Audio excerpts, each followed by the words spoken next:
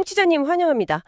바쁜 일상 속에서도 세상의 흐름을 놓치고 싶지 않은, 특히 내 자산에 직결되는 거시경제의 맥락을 짚어내고 싶으신 당신을 위해 준비했습니다. 오늘 준비한 소스의 핵심을 파헤쳐보는 심층 분석 시간입니다. 네, 반갑습니다. 오늘 다룰 내용이 정말 시급한 이슈죠. 맞아요. 평소 뉴스를 꼼꼼히 챙겨보시는 청취자님이라면 최근 시장 분위기가 참 심상치 않다는 걸 피부로 느끼고 계실 텐데요. 오늘 다룰 메인 소스는 하버드 비즈니스 스쿨 MBA 출신의 시니어 애널리스트가 기관 투자자와 전문 트레이더들을 위해 작성한 최신 시장 전략 보고서입니다. 아주 무게감 있는 자료거든요. 그렇습니다. 이 보고서는 단순히 내일 주식이 오르냐 내리냐 이걸 따지는 수준이 아닙니다. 네, 스케일이 다르더라고요. 그래서 이 자료를 꼼꼼히 뜯어보면서 오늘의 미션을 설정해봤습니다. 시장의 패러다임이 성장에서 생존으로 급격히 바뀌고 있는 지금, 쏟아지는 공포 속에서 우리는 과연 어떤 스탠스를 취해야 할까요? 지난 십수년간 우리가 당연하게 여겼던 투자 공식 있잖아요. 저물가와 저금리를 바탕으로 자산시장은 결국 우상향한다는 믿음, 그 근본이 지금 흔들리고 있다는 걸 데이터로 낱낱이 입증하고 있습니다. 그러니까요. 예전에는 시장에 나쁜 뉴스가 뜨면 오히려 주식시장은 환호하는 그 기현상이 있었잖아요. 고용이 무너지고 경기가 꺾이면 연준이 조만간 금리를 내리겠구나, 시장에 돈이 풀리겠구나, 이런 기대감이 작동했으니까요. 이른바 나쁜 뉴스가 곧 좋은 뉴스였던 시절이죠. 네, 맞습니다. 그런데 이번 보고서를 보면 그 공식이 완전히 산산조각 났다는 걸 알 수 있습니다. 예전처럼 나쁜 뉴스가 좋은 뉴스가 아닙니다. 시장이 단순한 조정을 넘어서 스태그플레이션이라는 최악의 시나리오를 자산가격에 진지하게 반영하기 시작했다는 게 이 애널리스트의 핵심 전제더라고요. 경제학에서 가장 치료하기 까다로운 질병이 바로 스태그플레이션이거든요. 경기는 침체되어 바닥을 기는데 물가는 잡히지 않고 계속 오르는 그야말로 진퇴양난의 딜레마입니다. 1970년대 오일 쇼크 당시의 고통을 떠올려 보시면 청취자님들도 이해가 쉬우실 텐데요. 네, 성장 둔화와 인플레이션이라는 두 가지 악재가 동시에 덮치는 이 구조적인 늪에 우리가 다시 빠져들고 있다는 강력한 시그널들이 지금 여러 지표에서 동시다발적으로 터져나오고 있습니다. 자, 이 상황부터 하나씩 풀어볼까요? 그 시그널 중 가장 충격적인 게 바로 고용지표였습니다. 보고서에 분석된 2월 비농업 고용지표, 흔히 NFP라고 부르는 수치를 보면 마이너스 9.2만 명을 기록했어요. 엄청난 수치죠. 네, 보통 고용이 늘어야 정상인 미국 경제에서 무려 9만 개가 넘는 일자리가 한 달 만에 증발해버렸다는 건, 이건 정말 엄청난 고용 쇼크잖아요. 여기서 정말 흥미로운 지점은 고용이 이렇게 무너졌는데 시간당 평균 임금은 오히려 전월 대비 0.4% 상승했다는 겁니다. 맞아요. 제가 이 데이터에서 정말 모순적이라고 느낀 게 바로 그거거든요. 해고는 막 늘어나는데 살아남은 사람들의 몸값은 더 비싸지는 이상한 상황인 거죠. 그게 바로 연준이 지금 가장 두려워하는 임금발 인플레이션의 민낯입니다. 기업들이 그냥 돈이 없어서 사람을 자르는 게 아니라는 거군요. 네, 단순히 비용을 줄이려고 사람을 내보내는 게 아닙니다. AI 전환이나 공급망 재편 같은 구조적인 변화 속에서 꼭 필요한 핵심 인력이나 필수 기술직을 구하는 데는 오히려 훨씬 더 많은 돈을 지불해야만 하는 비용 압박에 시달리고 있는 거죠. 양극화네요. 고용시장의 양극화. 정확합니다. 겉으로는 실업자가 늘어나 경기가 식는 것처럼 보이지만 내면에서는 인건비 상승이 물가를 계속 밀어올리는 불씨로 작용하고 있는 겁니다. 인플레이션 압력이 전혀 꺾이지 않았다는 뜻이죠. 게다가 엎친 데 덮친 격으로 지정학적 위기까지 터졌습니다. 중동 상황 때문에 유가가 그야말로 미쳐 날뛰고 있잖아요. 퍼펙트 스톰이 온 거죠. 호르무즈 해협 폐쇄 공포가 부각되면서 WTI 크루드유가 단숨에 12.67%나 폭등했습니다. 배럴당 91.27달러를 돌파했어요. 어마어마한 상승폭입니다. 당장 저만 해도 어제 퇴근길에 주유소 들렀다가 가솔린 가격이 3.62%나 뜬 걸 보고 진짜 깜짝 놀랐거든요. 체감이 확 되실 겁니다. 고용은 꺾이고 임금은 오르는데 기름값까지 폭등한다. 연준 입장에서는 정말 뼈아픈 상황이네요. 파월 의장의 다음 FOMC 발언이 얼마나 꼬일지 벌써 눈에 선합니다. 자동차 운전에 비유하자면 브레이크가 고장난 상태에서 내리막길을 달리고 있는데 눈앞에 거대한 장애물까지 나타난 격이죠. 브레이크 없는 자동차요? 고용이 마이너스 9.2만 명으로 곤두박질 쳤으니 실물 경제를 살리기 위해 당장 금리를 내리는 X를 밟아야 할 것 같지만 유가가 12% 넘게 폭등하고 임금발 물가 상승 압력이 여전한 상황이잖아요. 여기서 금리를 내렸다가는 하이퍼 인플레이션이라는 대형 사고가 터지게 됩니다. 그렇다고 물가를 확실히 잡겠다고 금리를 더 올려버리면 안 그래도 충격받은 고용시장과 기업들의 줄도산이 이뤄지겠고요. 맞습니다. 금리를 내릴 수도 올릴 수도 없는 진퇴양난, 통화정책의 경로가 완전히 미궁에 빠지고 마비된 겁니다. 이런 거시적인 공포가 자산 시장의 숫자들로 연쇄적으로 터져나온 대목을 보면 분위기가 더 싸늘합니다. 제가 이 보고서에서 제일 흥미롭게 본 비교 수치가 파생상품, 야간 선물 데이터였어요. 네, 그 부분 아주 중요하죠. 글로벌 악재가 터진 직후에 한국 KOSP 야간 선물은 무려 마이너스 3.22%나 폭락했거든요. 반면에 미국 미니 S&P 500 선물은 마이너스 1.39% 하락에 그쳤습니다. 차이가 꽤 크죠. 청취자님, 여기서 한번 생각해 보시죠. 똑같은 인플레이션 공포와 유가 쇼크를 맞았는데 왜 유독 한국 시장의 낙폭이 미국보다 2배 이상 컸을까요? 이 현상을 설명하는 단 하나의 열쇠로 애널리스트는 환율을 지목하더라고요. 한국이라는 시장의 구조적 취약점이 환율을 통해 그대로 노출된 결과입니다. 핵심은 환율이에요. 보고서에 명시된 현재 원달러 환율이 자그마치 1485.18원입니다. 1485원이요? 심리적 마지노선이라 불리는 1,500원 선을 턱 밑까지 위협하고 있죠. 우리가 외부 충격에 얼마나 취약한지 보여주는 가장 명확한 온도계입니다. 사실 과거에는 환율이 1,300원만 넘어가도 뉴스에서 위기설이 돌고 난리가 났었는데 1,500원에 육박한다니 체감이 확 다릅니다. 흔히 환율이 오르면 현대차나 삼성전자 같은 수출 기업들은 장부상 이익이 늘어나니까 좋은 거 아니냐 이렇게 단순하게 생각하기 쉬운데요. 환율 상승이 수출주의 호재라는 건 물가가 안정적일 때 통하는 옛날 교과서 이야기입니다. 지금처럼 유가를 비롯해 글로벌 원자재 가격 자체가 폭등하는 구간에서는 이야기가 완전히 다릅니다. 한국은 자원이 없잖아요. 그렇죠. 원유, 가스, 식량 등 필수 자원을 거의 100% 수입에 의존합니다.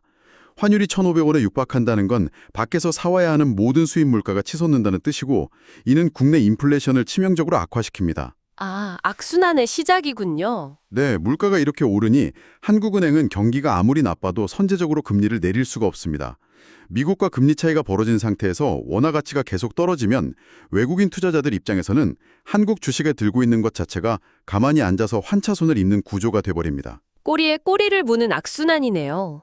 수입 물가 상승이 인플레이션을 자극하고 그래서 금리 인하는 지연되고 결국 외국인 자금의 대규모 이탈로 이어지는 거군요. 외국인들이 한국 시장에서 돈을 빼서 달러로 바꿔 나가려는 가속화 현상?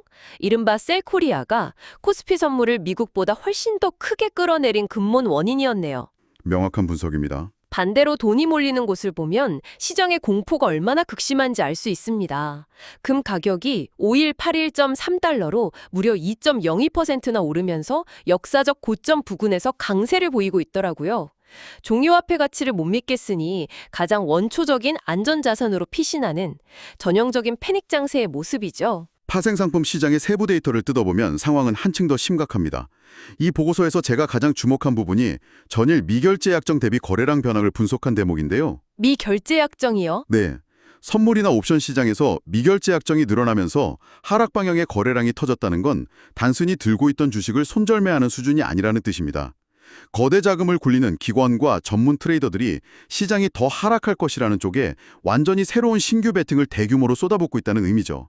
하방 포지션이 강하게 구축되고 있는 겁니다. 그럼 지지선이 무너지면 어떻게 되나요? 단기 지지선이 붕괴되면 공포에 질린 매물들이 시장가로 마구 쏟아지는 패닉 셀링, 즉 투매 구간에 진입할 가능성을 강력하게 시사하는 데이터입니다. 와, 듣기만 해도 아찔하네요. 보통 이렇게 주식시장이 발작을 일으키면 스마트머니들은 안전자산인 미국 국채로 몰려가잖아요. 채권을 사려는 사람이 많아지면 국채금리는 떨어지기 마련인데 이번에는 그 공식도 삐거덕거렸더라고요. 맞습니다. 미국 10년물 국채금리와 2년물 금리가 고용부진 충격 덕분에 소폭 하락, 그러니까 가격이 상승하긴 했지만 그 하락폭이 매우 제한적이었습니다. 그 부분이 바로 앞서 말씀드린 스태그플레이션 공포가 채권 시장까지 덮쳤다는 증거입니다. 경기가 나빠지면 국채를 사야 하는데 유가발 기대 인플레이션이 계속 자극을 받다 보니 투자자들이 망설이는 거죠. 과연 지금 금리로 10년, 20년 만기 국채를 샀을 때 인플레이션을 방어할 수 있을까 의구심을 갖게 된 겁니다. 물가가 채권 이자보다 더 오르면 실질 수익률은 마이너스가 되니까요. 바로 그겁니다. 그래서 선뜻 국채를 강하게 사들이지 못하고 눈치 보기 장세가 연출된 겁니다. 그렇다면 이 모든 게 청취자님께 어떤 의미가 있을까요? 거시 경제가 엉망이고 시장이 폭락할 위기라고 해서 계좌를 그냥 덮어두고 주식 앱을 삭제할 수만은 없잖아요. 그럼요. 대응을 해야죠. 구체적인 섹터별 투자 판단으로 넘어가 보겠습니다. 이 애널리스트가 제안하는 생존의 섹터 전략, 가장 강력한 매수, 스트롱 바이를 추천할 섹터가 흥미롭게도 방산과 조선이더라고요. 보통 위기라고 하면 통신이나 필수 소비재 같은 방어주를 떠올리는데 말이죠. 보고서는 이를 전형적인 바벨 전략의 관점에서 풀고 있습니다. 양극단의 자산을 조합해 리스크를 관리하는 건데요.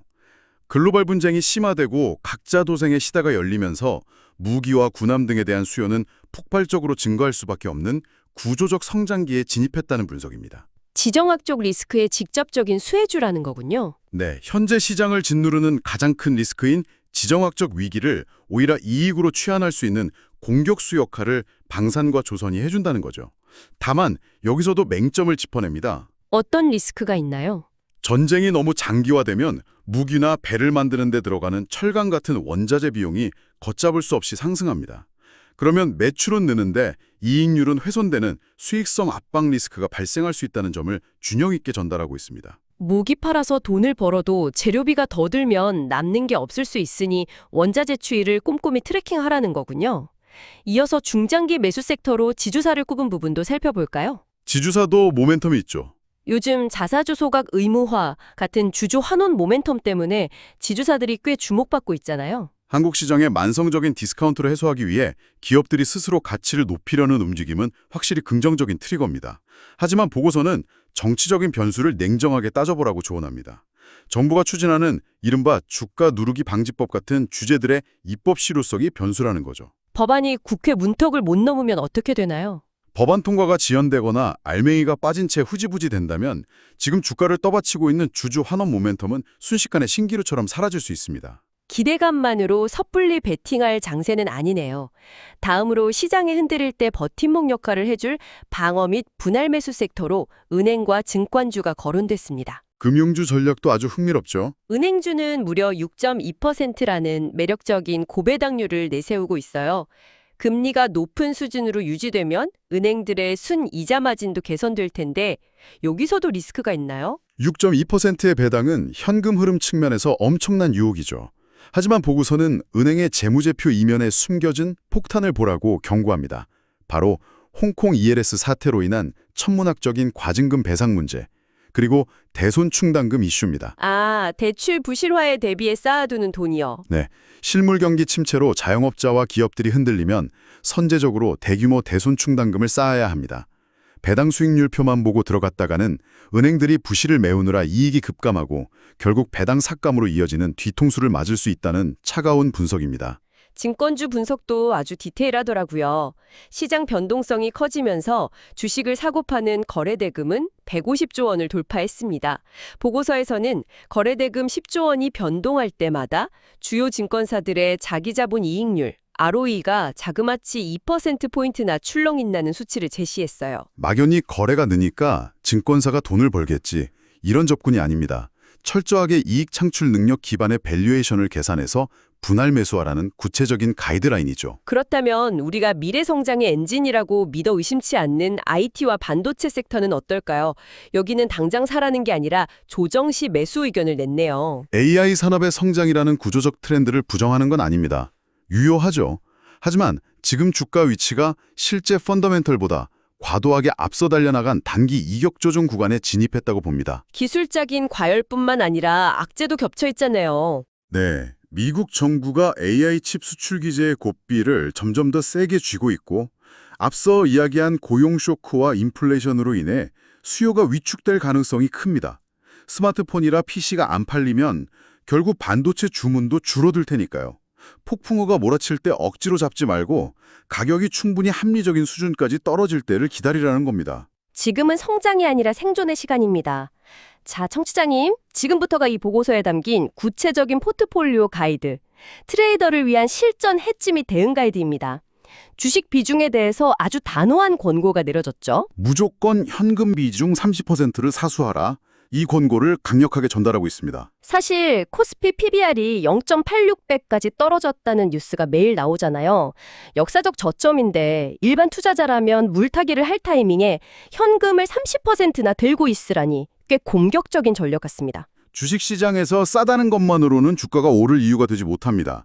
PBR 0.86배는 역사적 저점이 맞지만 아까 환율 파트에서 강조했던 논리를 떠올려 보십시오. 아, 외국인들의 수급 문제요? 네, 원달러 환율 변수 때문에 환차선 공포가 큰 상황입니다.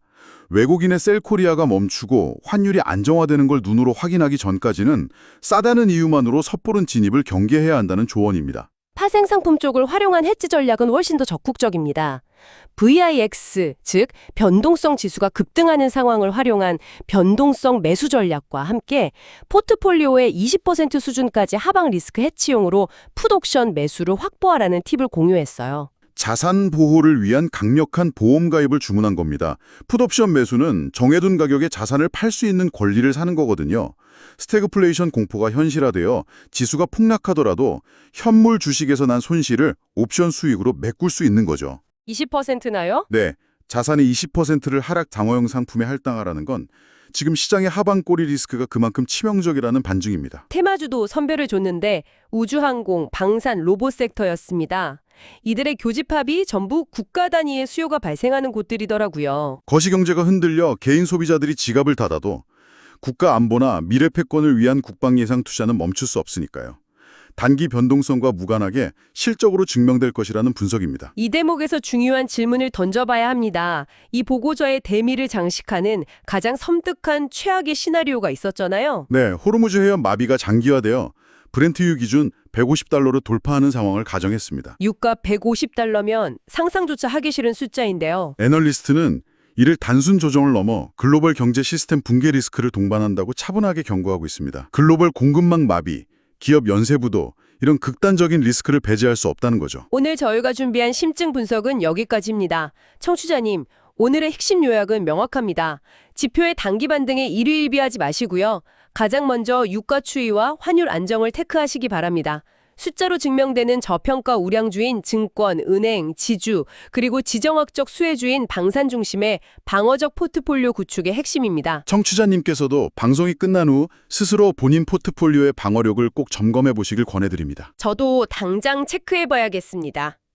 마지막으로 청취자님이 스스로 고민해 보실 만한 화두를 하나 던지겠습니다.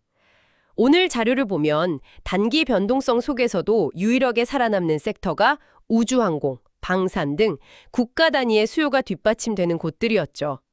그렇다면 청취자님, 우리는 지금 소비자와 기업이 성장을 이끌던 시대가 끝나고 오직 정부의 국방과 생존 비용만이 주식시장의 유일한 구명조끼가 되는 완전히 새로운 경제체제로 진입하고 있는 것은 아닐까요? 한번 깊게 생각해 볼 만한 주제네요. 오늘 당신의 귀중한 시간을 가치 있게 채웠기를 바랍니다.